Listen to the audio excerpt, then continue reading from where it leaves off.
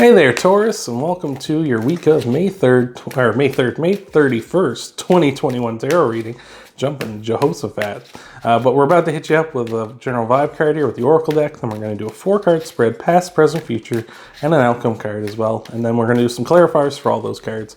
Hopefully everything is going good for you, Taurus, but remember these are general readings, so it may not resonate with you, and if it doesn't, it's not your message, so just take what's there, and if it's there, it's there, if it's not, it's not, right? So, but anyway, Taurus, I think we've shuffled this deck enough, so let's get you your clarifier. Or your clarifier, let's get you your vibe card. We got the Never-Ending Story card. La la la la la la. So the Never-Ending Story is sort of the card of like a self-fulfilling prophecy, where you sort of feel like you're stuck in a rut, and you're like, why should I bother trying something? Because I'm just going to keep, it's just going to be a cycle, and it's just going to keep repeating. So why would I try to break out of it? Because every time I try to break out of it, something bad happens. And this is sort of like, you're stuck in this mode, and we're going to hopefully get you some way to get out of here. But it is kind of a thing where if you get in this mode of like, oh, everything you create the self-fulfilling prophecy, like I say, where you just keep going, oh no, like, but I shouldn't try this because it's just going to work. And then when you come up like a little bit of hardship, and then you're just like, no, I can't do it. And then it all falls apart. And trust me, I have been there. I think everyone's been there, unfortunately, Taurus, but we all just got to dig ourselves out. There's a Queen of the Stone Age song, and it's called Fortress. You can go check it out after this.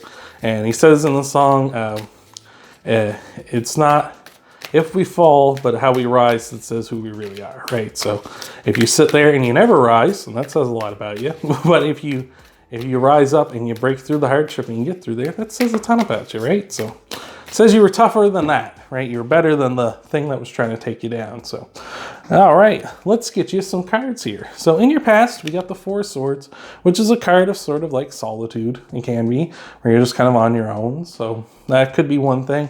It's also a card of rest and recovery. So maybe you've been trying to recover from something lately, or maybe that's like what you've been in, like you've just been in recover mode. And like every time you try to like go out and do something, it's like you end up just back into recover mode. You can end up kind of going back into a shell, retreating into solitude. So that could be what's going on in your past, part of this cycle.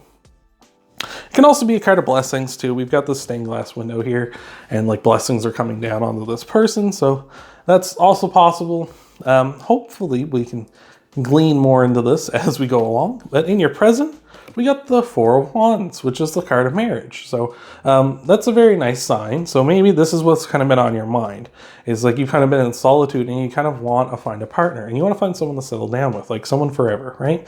Much like a cat being adopted from an animal shelter, you want to find your forever home, right? You want to find your forever person. So there's nothing wrong with that. That's absolutely fine. So let's see what we got else for you here. In your future, we got the Three of Cups, which is a card of celebration. So, celebration's on the horizon here. So it feels like you're kind of coming out, like you're kind of coming out of the cycle. So I like that a lot. We're moving away, right? We've been in sort of solitude, and we're kind of moving towards marriage. Like maybe that's what's been missing for you, why you've been stuck in the cycle, is you haven't really been kind of in commitment mode, right? You haven't been like, I really want to commit. You've been like, you just want to be with someone to be with someone, maybe, is kind of that kind of thing. You just want company, which like, there's nothing wrong with that either. But maybe what's to get you out of the cycle of feeling like, maybe that's what you're feeling like, is like nobody wants me. And it's kind of like because you're only attracting people who are very flingy, or people who just want to kind of like test the waters and see, and then they're like, oh, you're not really the person I kind of want. And then they bugger off, and then you're just kind of left there like, no, nobody wants me. It's like, well, sometimes you're just not what somebody's looking for, right? And the same goes for you. Maybe sometimes somebody's just not what you're looking for too. So, but we are leading to an outcome card of the Queen of Swords. The Queen of Swords is all about the truth and honesty, right? So the Queen of Swords, she is got her hand out to receive, and she wants to receive the truth. The thing is, the Queen of Swords knows the truth. And if you don't be honest with her, she cuts you with a sword. So from what I'm seeing here is like, you just need to be honest with yourself, and you know what the truth is deep down. It's just, you need to like be honest with yourself. And that's why you're in this never-ending story of getting hurt a bunch, and why you need to keep going back into the recover mode with the Four of Swords, is because you keep not being honest with yourself about what you want. Right? And it doesn't necessarily have to be a relationship. Like the marriage card did come up here, but it's just a card of happiness as well.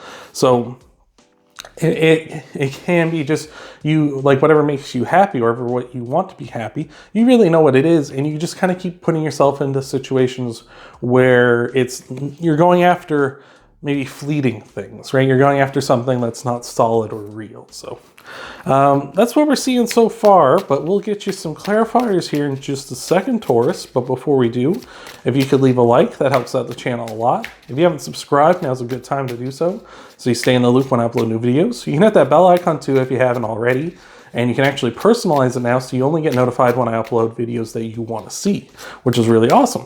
And then you can also share the video too if you want to get the word out to other Taurus out there. Or you can just tell all your friends and family about how you're going to be breaking out of this cycle, right? So I like that a lot. And you can also check out your Sun, Moon, and Rising videos after this one, get a full scope of what might be coming good for you in the week ahead.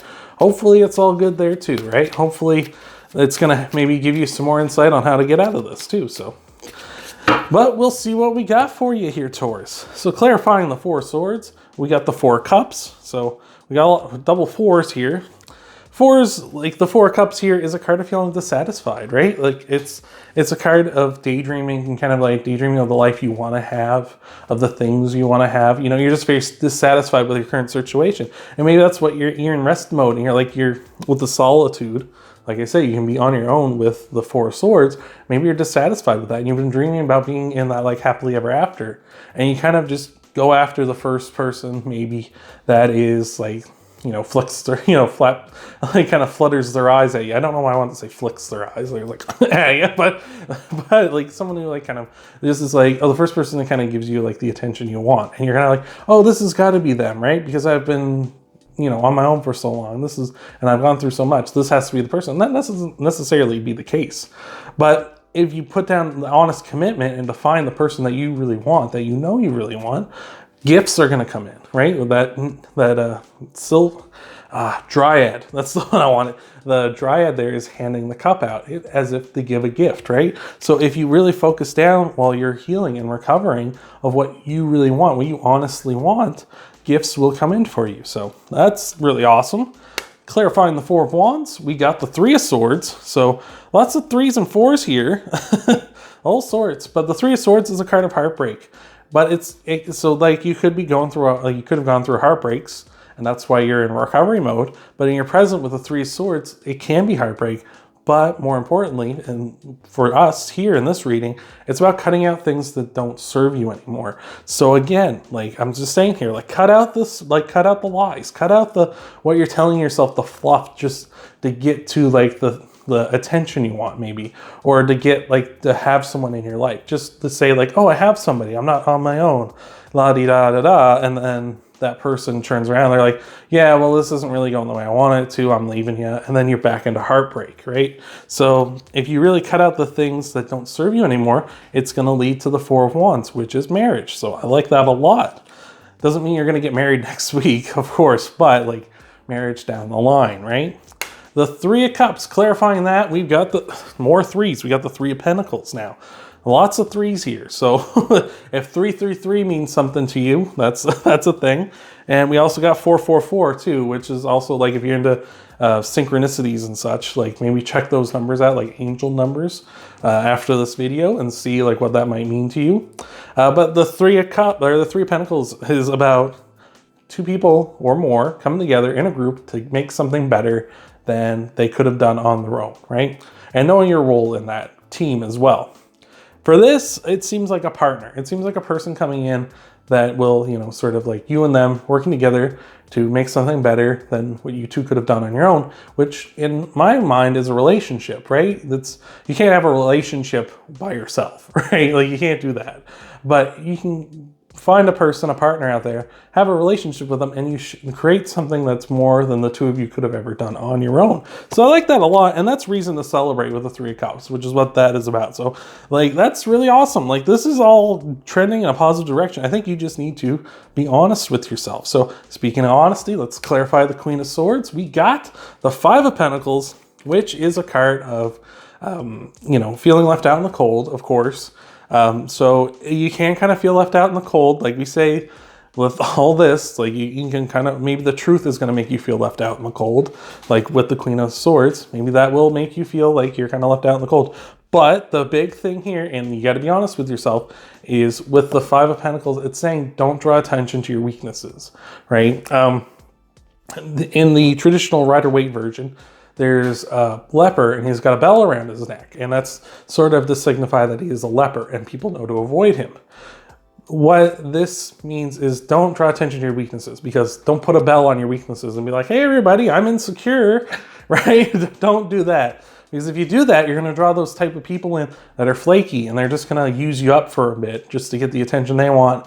And then they're going to mess off when, you know, they realize, oh, you're not going to give me the thing I want all the time, or whatever, right? Or they realize, oh, you're too clingy for them, right? They're like, oh, well, this is fun, but you're too clingy, I'm leaving, right? So, like I say, don't draw attention to your be honest with yourself. Be honest, what is your weakness? Maybe it is you're a little too clingy. Maybe it is you're a little too, you know, showing people that you're insecure about yourself or something.